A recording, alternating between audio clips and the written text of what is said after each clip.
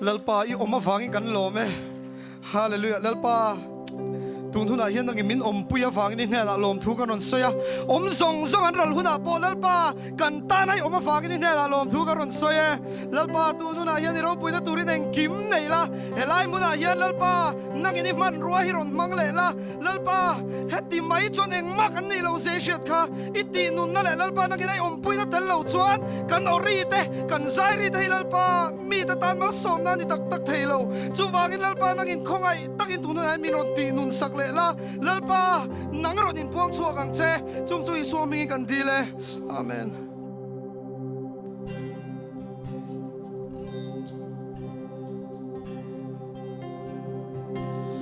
pa thianang chung ka him na kul pui nge chu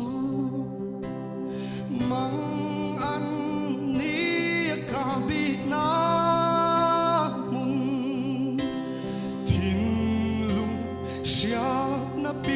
na om muangin chu ta ka chol pa thian khong ai na ril ru reng siat sen lo ka char chin chu mun na chwa lung ai na ten hun an sang lo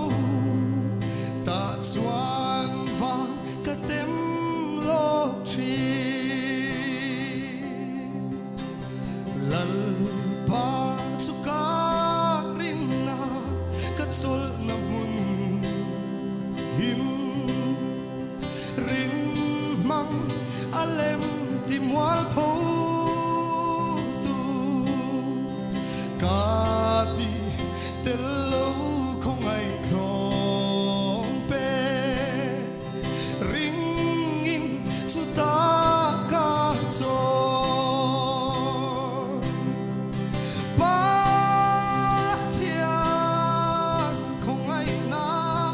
ril ru re na siat sen lo ka char chin chu mun na chwa lung ai na ten mun an chang lo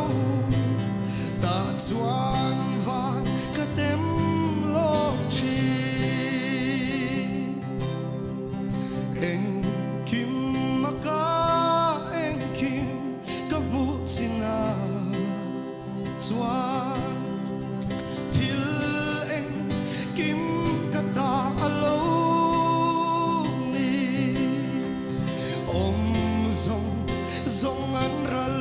huna po om ma ka ta ni pa thian không ai na ril